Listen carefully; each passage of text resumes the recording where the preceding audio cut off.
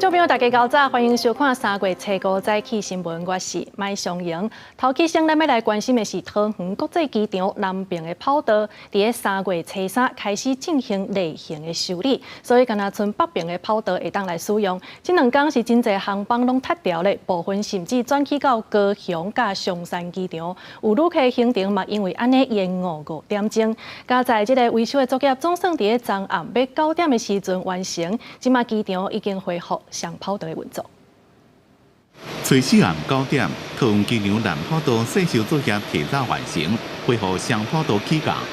9点08分，菲律宾航空的马尼拉飞台北班机顺利伫桃园机场南跑道降落，比原本定伫要暗时8点05分到的时间延误超过1点钟。听到恢复上跑道营运的好消息，伫咧桃园机场等要坐班机的旅客心情拢有加较好一些。现在提早修好的话，你会不会比较松一口气？是啊，是蛮开心的啦，因为至少不会受影响。桃园国际机场南跑道自初3开始放假进行年度的细修，只敢剩北边的跑道会当起降，造成有真侪飞机转港高雄，还有上山机场，甚至延误起飞，旅客真无方便。是延迟了多久？大概是5个钟。会不会耽误到回去的行程？当然喽，对，就是大家都不大乐意看到这种情形，真的很无奈。机场公司讲，初3的航班量是698班次，航量有偏悬。到离场航班拢有出现无共程度的延误，其中有12班是转港其他的机场，尾再阁8段。计算离场航班的准点率是53%。航班的一个离场的损失的比例，昨天是53%，那今天已经提高到59%，那今天没有这样的一个航班转降的情形。这次超过2天就变成影响面扩大，所以这种经验我也要淘机公司未来在施工计划上面能够去评估各种的施工方式。机场的细修是例行作业。飞机的起降班表也是事先拢固定的。桃园机场甲交通部承认这边的影响超过预期，外界也批评机场公司螺丝拢灵去。最修就算是例行性的，那会出这一次的状况，相信是他们在内部的工作流程或者一些警示系统出了问题。随时这天总共有647航班，也是有真侪航班延误。伫咧恢复上跑道起降了，初5桃园机场有一寡航班依然有异动的情形，旅客伫咧出发进前，上好先去了解一下。记者综合报道。再来看，昨下晡伫云林的虎尾发生一桩事故，有一台休旅车是向冲足紧去弄到路边的民众甲其他的车辆，造成3个人受伤。其中有一个差不多是60岁骑乌多摆的阿伯，伊当场无心跳，阁未喘气，送病院了后救无回来。这台休旅车弄到面包店的铁条啊，停伫咧路边的几落台乌多摆也互伊弄甲东倒西歪。云林虎尾连心路这间被弄的面包店姓吕的员工，讲伊迄当阵正拄好骑乌多摆转来店的，这台车向冲来，互伊行甲摔个涂骹。就是刚好看到那个他撞过来，然后机车刚好都倒下。好。对啊，你还有去受惊就对了。对。有一位姓邱的查甫人骑乌多摆停伫咧路边，也回弄到骹受伤。好在在伊家面包店的员工2个人伤势拢无严重，不过另外一位60岁姓吴的查甫人骑乌多摆经过回弄到，送病院了救袂大。1名为欧卡患者，然后其他2名为路人及坐在机车上的民众这样子。现场有3名伤者，还1名欧卡送弱社，2名送云基医院这样子。阮儿子哦，我都卡进起来，即马袂惊。这台车不明原因冲撞，造成1死2伤。警方到现场对休旅车的驾驶做酒测，酒测值是0。伊讲可能是人伤忝，头戆现才会去弄到。他刚刚是讲说他可能太劳累了啦，对，他直接晕倒，就直接在里面。汽车驾驶人无受伤，不过对代志是安怎发生的交代袂清楚，有关等待警方进一步调查。记者综合报道。这交通违规若准是较轻的，敢要甲记点咧？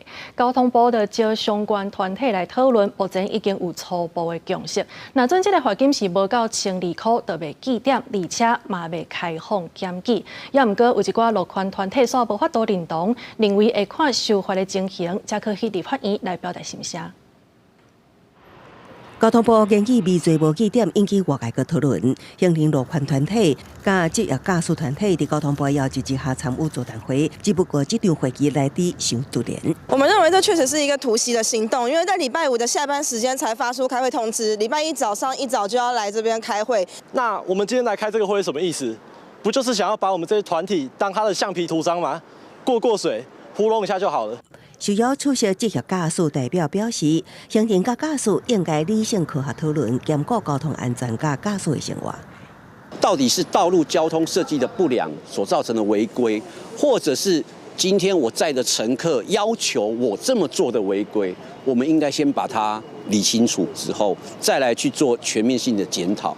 座谈会了后，初步共识出来，除了交通部会提供道路合理临停加停车空间，另外包括违规停车、骑机车使用行动电话等1200块以下项目，未来无排除拢会达至未罪无记点无开放检举。最高罚款上限1200元以下，这相关行为违规项目而有被纳入记点项目的检讨，限缩不予民众检举。相关修法检讨的面向，初一摆是由原会送入行政院。交通部强调，环境盘点爱民意沟通，各地方政府检讨黄线比例部分已经来处理，也会找相关团体讨论。不过路权团体对无记点游园表达无认同，表示未来会看修法的情形，各到立法院抗议。记者综合报道。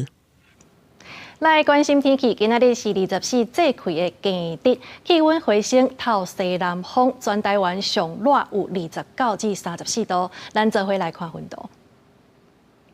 今仔日各地拢是坐云好天的天气，这温度是比昨还要较悬。北部、宜兰甲花莲有29到32度，也那中南部甲台东上悬会热到34度，袂输是热人咧。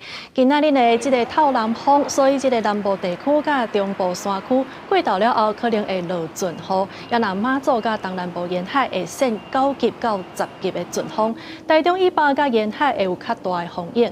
明仔载开始，这天气阁要开始去变化，冷气团落南，天气全无稳定，尤其是拜四甲拜五上冷，就要等拜六礼拜这气温才会豆回升。好，另外咱要来看，今仔日要阁发生什么款的大代志？咱做伙来关心报纸的重点。自由时报：中国宣布今年全国人大会议煞过了无要办总理的记者会，这拍破30多冬来的惯例。外界即个讲认为今嘛是无早前的开放，所以对投资者来讲，这局势更较无稳定。联合报：赖清德在做行政院长的时推动换数位身份证，也毋过2021年煞因为治安争议卡掉咧。今嘛厂商甲政府讨赔偿，进前有一寡费用加咧已经超过10亿。行政院出面调解6解，总算有共识。今嘛金额是压伫个2亿8千万以下，由主管机关来处理。中国时报：高中生当咧准备考大学，有业者伫咧网络讲会当提供自头到尾的学习服务，要甲你收10多万到20万。教育部长潘文忠表示，会请网络平台甲这广告全部落价，考生若准讲找人来代替考试，就会取消入学的资格。另外，咱要来关心的是中国快艇伫金门并船的案件，立法院招海委会甲陆委会来进行专案报告。也毋过，咱调野立委煞针对这个发言的顺序的冤家，结果规个会议是延前半点钟才总算开始。国民党团不满海巡署，甲这个报告的标题对金门弄船案件改做是处地中国快艇的事故。海委会主委关碧玲是强调讲，这件事故伊就是要来抓无准名、无证书、无登记的非法渔船。我们要开会。开始质询进前，那条立委先伫主席台客座一队，为定数发言顺序大声争论20分钟，因为海巡署将报告标题由金门弄船案改做处地第6级快艇事故案，引起国民党团不满。不过海委会主委关碧玲又原定了这个事故起因是处地中国违法三无准。这是一个三无船舶越界捕鱼。海巡署执法案件，谢谢主委，您的时间已经到了。今天的专案报告，其实呢，我们只看到6页，实在是让招委还有在场的委员们有一点叹息。海巡署备询的是讲，全部名称涉及接近归属，会影响后手双方谈判，所以有所坚持，也头一摆对外讲出司法状况，指出迄当时中国专家高速正法被查缉，佮批判不良操作不当造成标准，强调海巡绝对无调岗弄局，佮较全力救援。因为这个可能就是一个责任的归属。他说你们自己都这样讲，那你怎么能怪我们？怎么可能没有雷达的航机跟影像？所以刚刚的这些资料全部都交给检调了。那如果是他讲的高速这样子垂直撞到他，那他是早就应该退掉了，他退掉了。海巡署甲中国代表团已经进行15摆协商，有完无共识。传出中国把要求咱国海巡人员到中国接受讯问，就美国证实这件代志，也毋过表示伫沟通了后已经化解，咱国也会做好护述，也毋过立委也积极，海巡安怎特别出这块影像？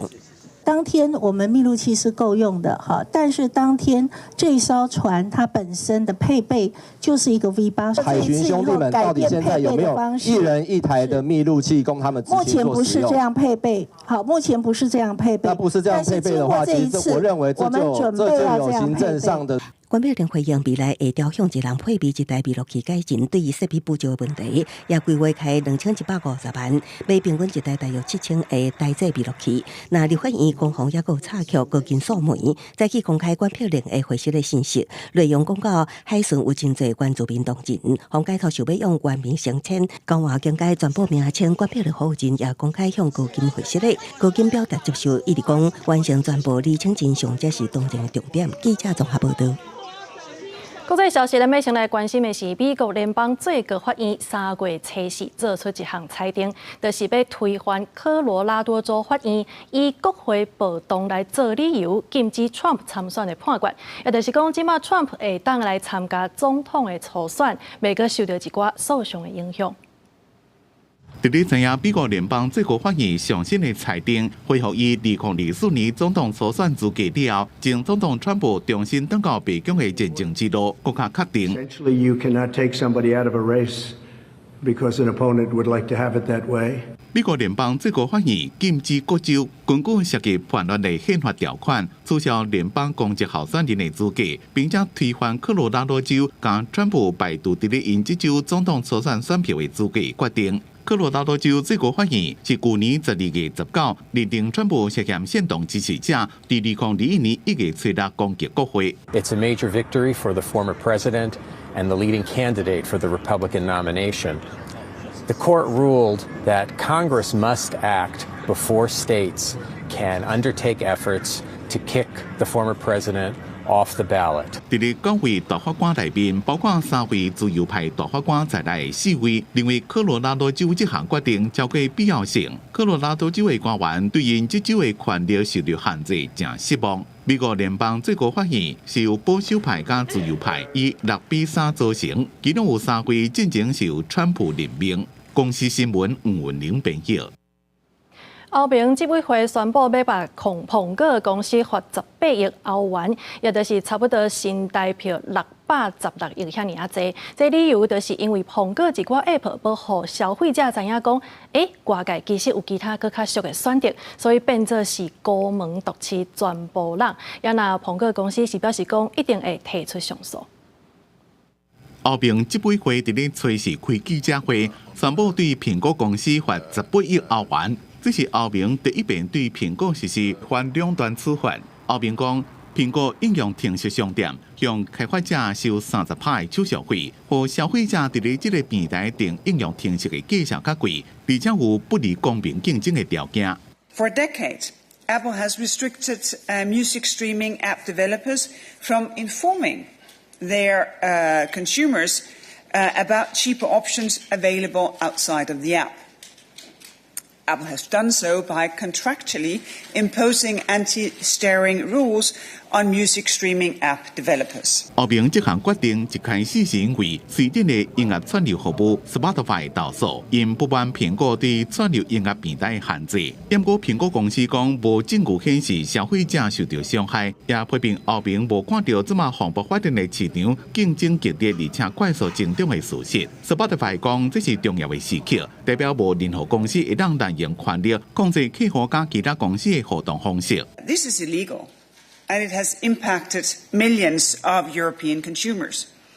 They were not able to make a free choice as to where, how, and at what prices to buy music streaming subscriptions. 苹果公司讲将会对这项决定提上诉。另外，苹果伫咧随时无预警推出新型轻薄薄的笔记型电脑 MacBook Air， 只敢用新闻稿的形式发布，分做13+15寸2种。计销是代表35900块以上美国等28个国家，随时开始预购台湾的另外经时间。公司新闻张伟林编辑。南韩。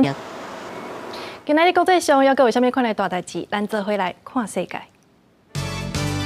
法国国会开特别会议，以780张同意票对72张反对票，互查某人摕囡仔的权利会当正式写入宪法。即马法国正做是全球头一个以宪法来保障妇女做人工流产的国家。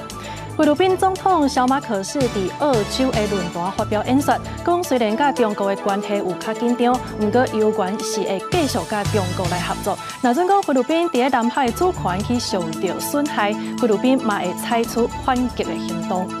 南韩发现北韩的骇客自去年底开始，已经侵入至少2间南韩的晶片厂商来偷摕资料，判断这就是北韩想要闪过国际的制裁，家己来生产半导体，通好家己制造武器。另外，咱要来关心的是咸石粉有苏丹红的事件是愈加愈大层。伫高雄市卫生局阁查到2个业者有进口中国的苏丹红咸石粉，即马已经流向全台湾7个县市，是赶紧通知爱全部落架。也那立法院是邀请到卫福部甲行政院的食安办公室来进行苏丹红的专案报告。中央立委是批评这个食安政策根本就是无效嘛。另外呢，这卫福部这动作嘛是共款拖刷，因为伫去年5月就捌查到伫边境有中国咸石粉是有含苏丹红的，即马煞无伫赶紧去搭配拢来检验。立委也只是讲，这查验的卡数敢是无够，敢真正有法度替台湾人来看顾健康。苏丹红到辣椒粉风波继续扩大，多年海底捞、惠王调味料也达标，引起消费者的惊吓。对此，调查立委拢批评，卫福部动作上慢。婚姻官2月7日就接到民众检举，制成公司伫制停技术违法添加致癌的苏丹色素。卫生单位刷拖2礼拜才开始稽查，而且相关违规产品，即马市面上也买到。2月7号接获通知，20号开始动作，你觉得这个速度够不够迅速？其实到处都还买得到。这些这违规的批号一定要先下架。另外，也有立委批评，即摆食安风暴遮尔大，就是边境无守好。卫福部去年5月就发现有一批进口辣椒粉验出苏丹红，因过一直到今年3月，才采取只要验出苏丹红，遂停止输入查验。不过老高的已经拢总入来啊，而且边境检验欠能力，安怎来监督？每一个人都要求查验的比例增加，然后他加班加到爆肝，结果也达不到啊，因为人就是不足啊，部长。好，这部分的话，第一个正式人力，我们会再来跟院这边来争取。市水员强调，已经针对中国输台辣椒粉无合格21间出口商甲制造商暂停受理进口3个月，未来也会将违法工业原料添加甲食品的行为列为高风险产品。像苏丹红，只要伫边境一检出，就会100%搭配抽验。记者综合报道。基隆东华上重的争议，这市议会拜一也咧讨论这件案件，也毋过哪力定也是无要小让。市长谢国良是强调讲，这检方已经咧侦查专案，也强调市政府就是为着基隆的发展，选出上好的厂商来经营。连夜议员要发言党团随发动攻势，假摆要去基隆市长谢国良边仔抗议，哪里发生冲突？议长董主义宣布休困，缓和气氛。基隆东华商场争议，市议会召开临时会讨论，连夜议员阁准备刷轮机送予谢国良，头说伊强制点到商场。2月1号凌晨带着警力去破门这件事情，我想请问一件事情：这跟帮哪个厂商维护？如果今天前手厂商是微风，下手厂商是别人，我们一样会这么问。检调已经主动介入侦办了，向市政府要资料了，要谢国良市长触伤案的所有资料，也要了林佑昌市长触伤案的报告资料，查结果出来，看是林佑昌图利 NET 还是谢国良图利微风。另外要求市政府提供招标文件，佮说明点交动用警察的过程证据。不过那样要求市政府先说明前市长林佑昌任内东华商场 OT 案变更做 ROT 决策过程，那列对象谢国良一直到下晡才顺利上台报告。他虽然已经用 ROT 的方式来收取他的商场费用，但是对于基隆市政府来说，它依然还是只有 OT 一个基本停车场加1楼商场的收入。谢国良讲，前一届招标为 OT 模式改做 ROT 模式，闪权利变动金，予市政府无收入。专案已经进入司法程序，希望检方查核清楚。伊嘛讲两个基本原则：第一是对慈善爱捍卫到底；第二就是定薪招标。市政府是为了家人发展，会选出上好的厂商来经营。记者综合报道。日本的棒球队读卖巨人来台湾比赛，拜六礼拜总共有超过6万掛的球迷去看比赛。也毋过大家嘛发现讲，这大巨蛋的漏水、电楼梯未叮当的问题，议员呼吁市政府就要主动调查，也拿远雄公司也出面来回实的。另外，市长蔣万安是表示讲，会赶紧来检讨。日本职棒土北巨人来台交流赛，拜六连2天伫台北大巨蛋登场，初二可是迎来头一摆满场，超过3.7万名的观众入场应援写落历史。不过场内除了漏水、落小雨，立口动线表示无清人客人，手扶梯更加是停止运作，多项欠点引起闹热议员同齐批评，包含漏水、标示等等的细节，却完全没有监督好，这个简直是把脸丢到国外去。近期也应该要安排满载的压力测试，重新检讨整个配套措施。去年12月初，亚锦赛在大巨蛋举办比赛的时候，也发生过漏水的情形。而当时远雄给的理由就是管线结合不慎造成漏水并且承诺会全面的盘查跟检查那没想到过了3-4个月，到这一次巨人队来台的交流赛，还是发生多处漏水的情形。议员认为，事先无做满载压力测试，等到第2交流赛才头一摆满载，呼吁市府应该主动调查，不是专项性远雄。小来落小雨，远雄回应，初步检判是空调负荷较重，造成管线接头泄漏，已经替受影响的民众换座会，佮表示失礼。对管线接头问题嘛，所以受影响的人数大概就只有10个人可能抱歉这是我们的责任后续我们大家会不断做检讨。台北大巨蛋它是一个 BOT 案，那远雄已经在进行后续的营运以及售票的活动，那台北市政府的角色就会持续的给予各项的协助，并且监督，而且会要求未来活动主办方以及远雄要落实事前的各项准备工作。蔣万安表示，接落来也会针对过去2天发生的欠点，调集法局处进行总检讨。北市体育局回应，初2比赛了后，随盘点欠点，要求主办单位远雄巨蛋公司随调整。比赛了后，也会累积不足的所在，加改善作为，提供予中华职棒代理名。记者综合报道。民生消息拢知影讲，这厝价是一直咧称悬，民众表示讲买厝是愈来愈困难啊。也毋过，即马根据内政部的统计，112年全国30岁到49岁的民众有32%人是有家己的厝。专家就认为讲，其实这少年人有厝，无代表因是有材料去买，有可能就是分财产继承来的。高房价时代，想要买厝实在不简单，民众也真无奈。应该买不起吧？要有一个富爸爸、富妈妈，当然是偏高。如果靠自己的话是比较难一点。负担重的，我觉得租房子可能会比较舒服。第一，你的薪水现在连吃饭可能都顾不上吧，再加上如果是工薪阶级，养孩子真的很麻烦。不过，根据内政部统计，去年青壮年人口713万多人，其中约229万人名下有房产，主体自有率大约32%，比2018年的21%5年来增加约11个百分点。不过，专家认为，青壮年有厝人口增加，无等于是有买厝的能力。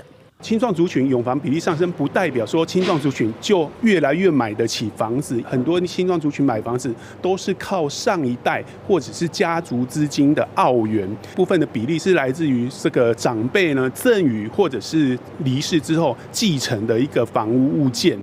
民团也观察到，2018年到2023年之间，以继承遗产栋数来讲，增加超过3成6。透过买卖来处理厝大约1成左右，也就是讲少年人透过继承来处理厝的比例加数量当年提升。很多年轻人他必须是要房子跟孩子2选1，整体的购物负担能力的部分，其实这5年来也是不断的在恶化。那即便是买房的年轻人，我们也可以从数据中看到，就是说面积是越来越小，而价格也是越来越贵。廖定辉进一步分析，以过5年的房贷负担率来讲，大约提升6%左右，一般家庭负担房贷比例为3成6变做4成2。另外，房价所得比也都是唔占啉几年买的基础，是为2018年的8.82年到2023年的9.86年，加大约1年。记者综合报道。台湾进入超高龄社会速度是愈来愈紧。根据内政部的统计，全台湾22个县市超高龄的搁增加2个，就是基隆市甲屏东县。这2个所在65岁以上的时代占总人口2成以上。台湾有超过1/4的县市，即马已经进入超高龄社会。基隆里面活动中心一寡长辈倒伫诊疗床，当伫拍送经路，都连社区大楼外嘛四界看到长辈当伫开讲，差不多真罕的看到少年人。我们也75岁了左右了，所以说我发现我们这边的高龄很多了。如果人口老化的话，相对他们的压力也变大嘛，变成一个年轻人要养好多个老人。基隆市民的烦恼不是无道理。以内政部统计数字来看，因为小子化影响，今年基隆市总人口都有2成拢是65岁以上的长辈。基隆市政府推出专人关怀来因应超高龄人口结构。最高的目标就是达到共融，让长者在他最后的这一个比较高龄的阶段，他在生活方面、社会参与方面都能够很顺畅，没有障碍。其实，咱台湾在2022年都已经有4个县市是超高龄社会，包括嘉义县、台北市、南投县甲云林县。今年佫新增加基隆市甲屏东县，等于是这6县市每5个人都有一个是65岁以上的长者。老年人他越来越多了，越需要在这个区块有没有给老年人更多的讯息啦、活动啊。一寡屏东县民有感受到人口老化，专家提醒，台湾有超过1/4的县市是进入超高龄，爱积极发展 AI 也是数位转型，才会当解决少年劳动力市场欠缺的问题。另外，政府财政税收逐年减少，这原来是考验。因为年轻劳动力的减少，它的税收可能因此而减少。另外一方面呢，它要花在银发族的这种所谓的这个社会保险或社会救助的支出会增加，所以可能会影响到政府的一个财政。专家预测，咱台湾可能还未2025年超高龄社会都会提早报道，未来研发产业加幼儿青年产业结构可能有变化，呼吁政府爱量在因应。记者综合报道。3月初4是世界大考日，卫福部表示，这大考是慢性病和生活形态是有关系。全台湾一半以上的民众，即马是拢坐咧无要叮当，大人大考的几率都有5成，而且这10大死因当中是有8项拢甲大考有关系。也那囡仔其实嘛袂使上大考，因为会影响到发育。根据老一辈定来讲，细汉大考毋是大考，不过医师警告，细汉大考可能带来健康危机，那可能和高血压、糖尿病提早发生，也可能性早熟、胃抽管。这个跟他的荷尔蒙的代谢是相关的。那我们肥胖的产生的一些相关的荷尔蒙，可能会使得性早熟比较容易产生。根据卫福部国健署调查，台湾高中生体重计重也有大考的比率达到3成，平均每3个青少年就有一个体重超过标准，而且超过7成伫大人了后继续大考。这甲民众的生活形态有关系，因为近半数民众常常坐咧拢无叮当。大人大考比如5成，民众10大死因内底8项甲大考有关系。那长期大考未来发生糖尿病、肺脂无正常风险，比一般人悬出3倍。隐性的肥胖，可能它是 BMI 正常，可是他的腰肚子比较大，他的腹内脂肪就是我们的内脏脂肪比较高，这一群人也是需要去做防治的。怎么让员工在职场中透过更多的科技智慧的导入，以及居家环境的设置让他们的这个运动成为一个普遍的氛围。国建署强调，今日大考防治的重点会甲劳动部合作，鼓励企业用实际行动响应健康促进政策。因为国外研究证实，推动工作场所健康的促进，能降低员工离职的比率，并甲如甲工作意外，创造劳资双赢、健康多赢正正面形象。记者综合报道。新北市环状线的板新站进前，有一个民众是倒伫个电楼梯的手环顶头，讲伊安尼就是要来模仿谢玲珑的事实，佮翕影片铺伫个网络顶悬，这款喊告的行为已经违法。新北市捷运公司是表示讲，会当照大众运输法上悬罚7500块。一位穿乌衫的查某人爬上手扶梯，倒伫手扶顶面一直洗，同齐朋友哪翕哪笑。伫手扶梯咧耍，也将画面铺上网，佮较讲家己的梦想都是做熄灯术士，互袂少民众一直讲行为伤过危险。因为他觉得这样子好玩啊，就是会危险，让过路人觉得没办法过，然后又觉得说什么这怎么可以这样子玩？震撼的行为发生伫捷运新北环状线的板新站，就算手扶梯是可谓有大警语，也一直有广播语音提醒查某人当作是无听无看的，家己算家己的。请手还好势，脚徛好在。手扶梯中间禁止白的告示，查某人无当作一回事。新北捷运公司表示，行为已经触犯大众捷运法，相关会当罚7500块。只是大众运输系统过去一直出现旅客离谱行为，亲像将无聊当作是趣味。很好玩是吗？火车铃声响起来，车门关起来前一刻，民众伸出文雅卡，也有人伫捷运到站了后，趁着上落车的人旁，算带队接力，喊过代志一直发生。交通学者表示，这人往往知影违规，也毋过调工未做。他知道这件事情是不好，所以他才要以身试法嘛，引起这样的一个注意嘛。如果有这个人这个事件出来，你当然就要处罚。伫大众运输咧算，学者分析，这个人求见光博版面，其实无论是铁路法还是大众法，拢会当依法开罚。建议主管机关只要有人犯无妥当的行为，千万唔通结果化，以防一寡人更较猖狂。记者综合报道。另外，咱要来看伫台南东区的中营路有一寡公车站的设计是真蹊跷，主要是因为这公车停车区的前后拢有树啊，跨度这公车根本就无法度停入去，所以致使民众若准备坐车，司机敢若会当把这个车停伫个路径，车身有一半拢是伫个车路顶头，看起来是真危险。也若交通局是讲会参相关单位来研究，未来会针对公车的空间甲线路来做改进。这个公车站看起来参一般的拢相像，不过详细看等公车站的所在，所入伫咧2丛树仔的中央，这是台南东区中营路。今日有民众反映这搭公车站设计有顶搭，公车站若双边有路树，车站跨度无够，佮加上前后边拢有红线，那民众会手要坐车，公车司机敢若会当违法停点路径，也造成定有塞车的情形。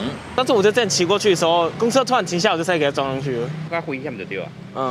就挡在那边太麻烦了。公车都只能到那个快车道才能靠近，有人举手才能靠近那个。这又会很困扰啊。对啊，都会怕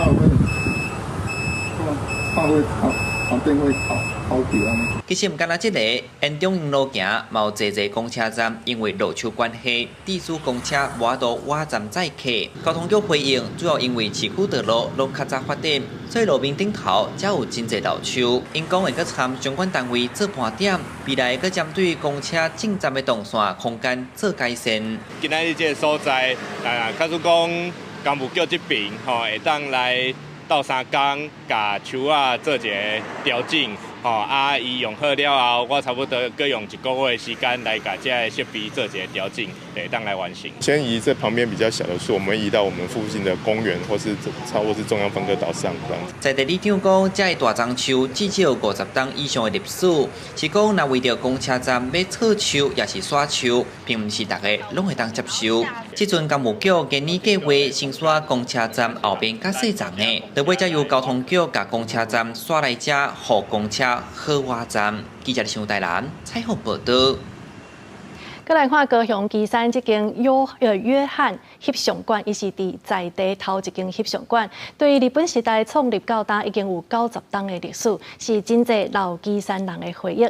也毋过因为这个翕相馆的建筑实在是伤旧啊，目前已经停业，今仔日就要来拆掉，未来会变做是啥物款，目前犹阁毋知。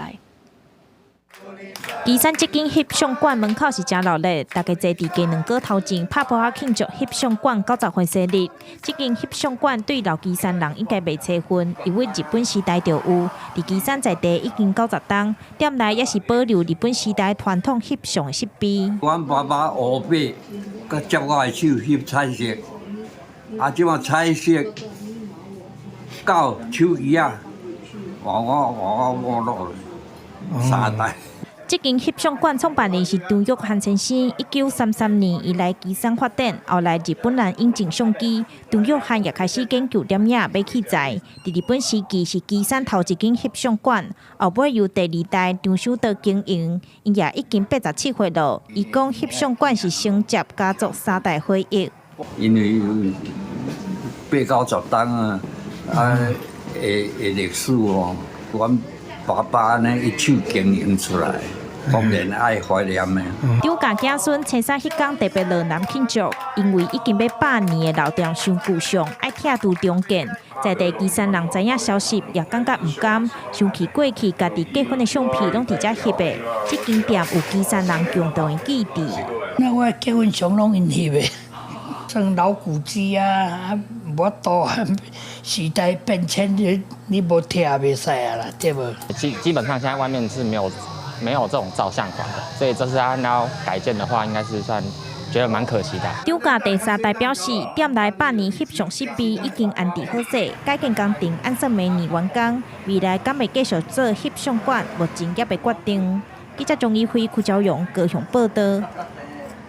当年的春分是保育类南路鹰来过境彰化八卦山的时阵，根据这个彰化县野鸟学会观察，这几冬这南路鹰的数量有变较稳定，总共有25000多只到3万只会出现伫八卦山。学会就来举办净山的活动，邀请民众做伙来捡垃圾，用清气的环境来迎接这阵彰北的稻鸟。一人一个粪扫袋啊，开始伫路边捡粪扫，一困仔的时间就满满一袋。这是彰化八卦山观赏南路鹰的所在。彰化野鸟学会特别伫春分，鹰仔要来进前举办净山活动，邀请民众同齐摒扫环境。本来的对环境是只有兴趣的，那想说进山比较少参与到，所以就想要带孩子来一起进山，也为环境尽一点心力。分头伊是有内底有1万支的迄个纤维，一只鸟若食落去一丝啊一度会窒息会翘起，所以迄个分头啊是最重要，袂当黑白蛋。今年3月开始到清明左右，是南路鹰过境台湾上北经过八卦山的时阵。彰化野鸟学会观察南路鹰已经30多年的时间，要了解这阵稻鸟出现停留的时间有啥物变化。彰化八卦山脉其实是愈来愈稳定，不管是像我讲的南路啊这种过境的。还是讲像大关、红头，其实固定伫咱八卦山即马的数量拢足稳定，而且嘛是讲有愈来愈侪的即个现象。古早人咧讲南路鹰14000-9000，这是因为早年保育观念无普遍，民众违法掠南路仔的情形真严重。不过根据彰化县野鸟学会观察，这10年来南路鹰的数量稳定，表示山若环境若有顾好，鹰仔自然就会出现。记者杨淑静彰化报道。大基本消息，咱要来关心的是诗人杨子干，甲这几档的创作拢总有187首台文诗，出版做一本小可休困一个台文诗集。内底毋但是有人生的观点，嘛有社会人物的观察，希望讲会当用台文立诗，互人会当感受到台文诗的文雅。君不见黄河之水天上来，奔流到海边。用台语念李白的《将进酒》，诗人杨子干伫新册发表会向大家来绍介伊新出版的台文诗。创作就是要看你的内容，伊内容适合台语，还是适合台文？台文的语音甲读音是无共的。像我拄读李白的《将进酒》，甲前3、4句你就听得出来，伊毋是台湾，毋是台语，它是台文。这本台文诗册作品当中，杨子干展现出诗文的多元性，有在地人物的记录，搁用诗文来编曲。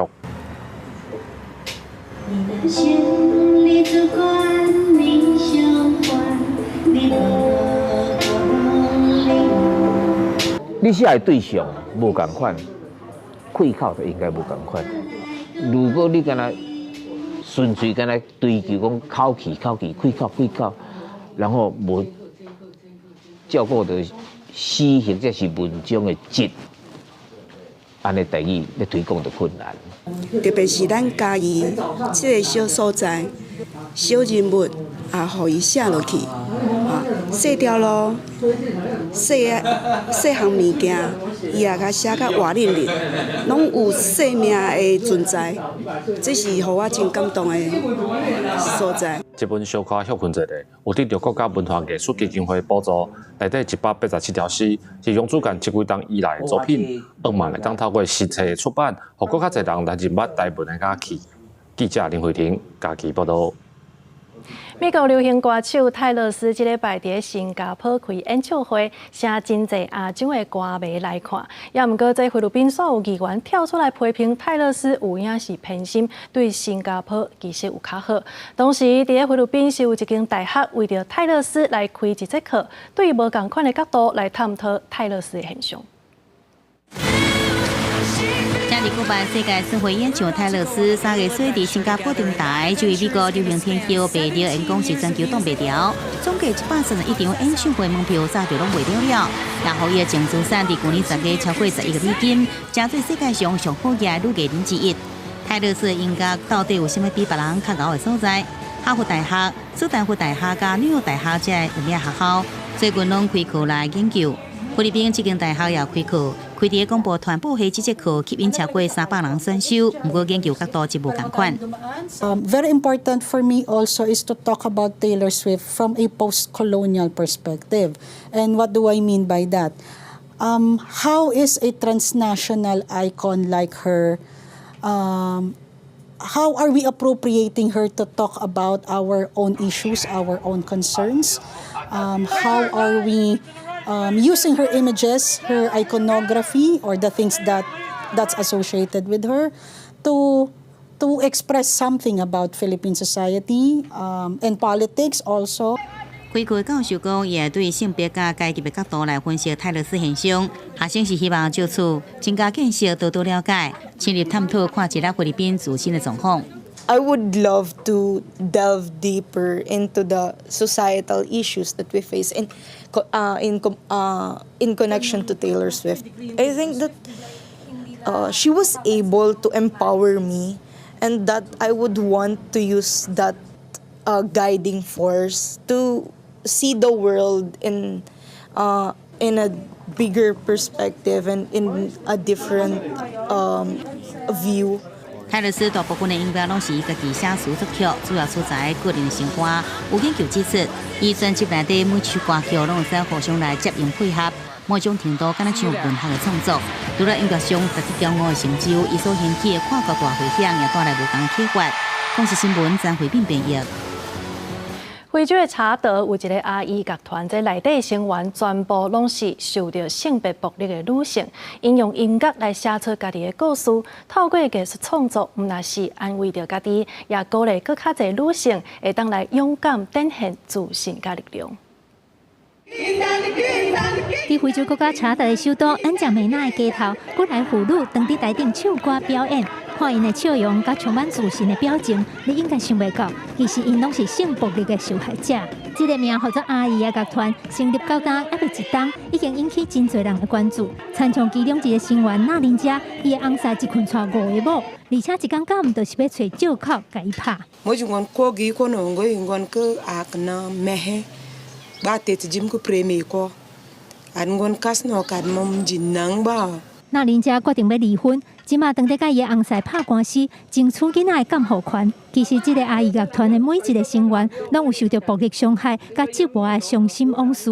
但是，你参加乐团了后，大家互相鼓励，嘛借着音乐的力量来替家己疗伤。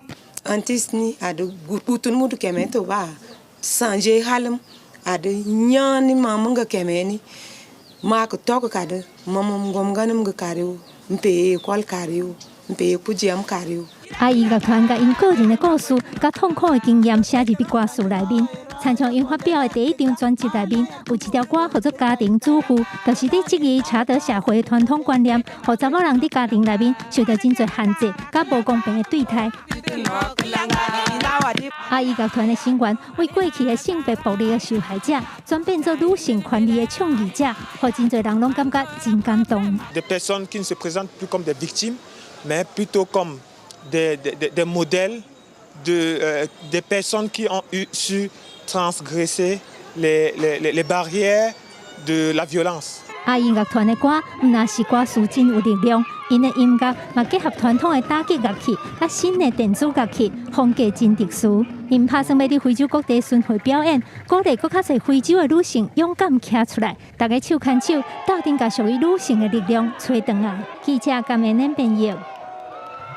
伫咧北极有一种规身躯白、真水的动物，叫做北极狐狸。过去才人类为着要爱因的皮草，所以甲掠甲强要断种，但佮因为即个气候变迁、暖化的现象，去影响着因的生存，所以伫咧挪威都有动保人员发起行动，伫户外放饲料，希望讲会当抢救遮的北极狐狸。无论是伫细里走骨条，还是目睭刻刻倒来休困，有规身躯白毛的北极狐狸，人叫伊极地精灵。因毛的色水会对季节的变化，冬天是白色的，春夏季会变做青灰肤色。为着得到因身躯的皮毛，较早即种动物伫北欧，互咱人过度拿捕，差不多面临断种。后来进步令实施了后，才有个生团。啊，毋过即马因又个面临新的威胁。If we get warmer and more unstable climate, where you get snow melt and you get icing on the ground, that is going to affect how well the rodents can survive. 受热气类的利齿是北极狐狸爱食的主要食物，啊，毋过因为全球暖化影响，最近数量渐渐减少。为着无要互北极狐狸摇巴肚，科学家最近伫野外建设30个有装饲料的饲食站。And then in the last standing barrel, we have standard dog pellets that we fill into it and that the foxes eat. 这项饲食计划目前小可有成果。北极狐狸的数量已经为18年前的40只增加到550只，啊，毋过相关计划原来引起议论，有人是烦恼饲食站会引起规定动物到位，也会致使疾病传播。也有科学家是质疑，伫无度维持生存的环境中支持动物无真大意义。啊，毋过挪威自然研究所认为，目前北极狐狸要脱离断种，也有真长的路爱行，饲食计划必须爱继续进行。公司新闻詹慧敏编译。再来看中南半岛的湄公河本地，遮的生态是真丰富。也毋过因为水头咧起大坝，所以水路走去，水质嘛改变。根据相关的环境报告，讲即摆河川内底有1/5的鱼仔可能拢会断种。保育人员将湄公河大型的鲢仔鱼野放。这尾鱼重163公斤，是当地濒危鱼种。湄公河年鱼获量超过200万吨，营收超过110亿美金，是全球上大的内陆渔场。那特殊的多元补充生态圈，更加是未少大型鱼种的诞生地。2022年出现的淡水红仔鱼重300公斤，创世界纪录。多样化的补充环境，却因为水头的水坝工程来受到威胁。根据路透报道，为伫上水头的中国建造大型水坝。偌济河川水量甲沉积物，造成湄公河水质改变，阻碍鱼群生卵甲潜水，加上沿河各国的水利工程，沿化4000万民众的生活面临危险。The main threats to the Mekong River are unsustainable development. That could include hydropower dams, habitat fragmentation and degradation, overexploitation of fisheries. 美国国际开发署旗下的湄公河机关计划测试发表研究报告，指出在湄公河超过1148种鱼种中，有5%面临灭绝的命运，因为无法度掌握的鱼种达到38%，所以灭绝的有高数字恐惊也个会更较悬。已经有18种鱼种放置至极高风险的极危等级，包括2种全球上大的大型鲢仔鱼、大型鲢鱼甲淡水巷仔鱼。好消息是，专家引用数据指出，也有补救的机会。We haven't lost a single species that we know of yet in the Mekong River Basin. So no species have gone extinct. The fisheries are still incredibly productive. 专家建议湄公河沿岸的各国政府应该赶紧采取行动，以有效方式进行河川甲渔业的开发。公司新闻刘小芬编译。今仔日天气到底是如何呢？天气玻璃仔带大家做回来了解。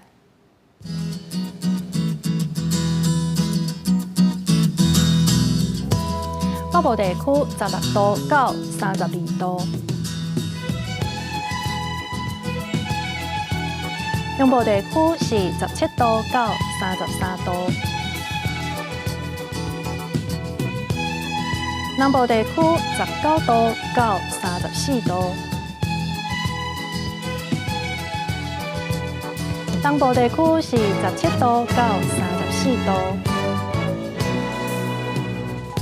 外岛地区13度到28度。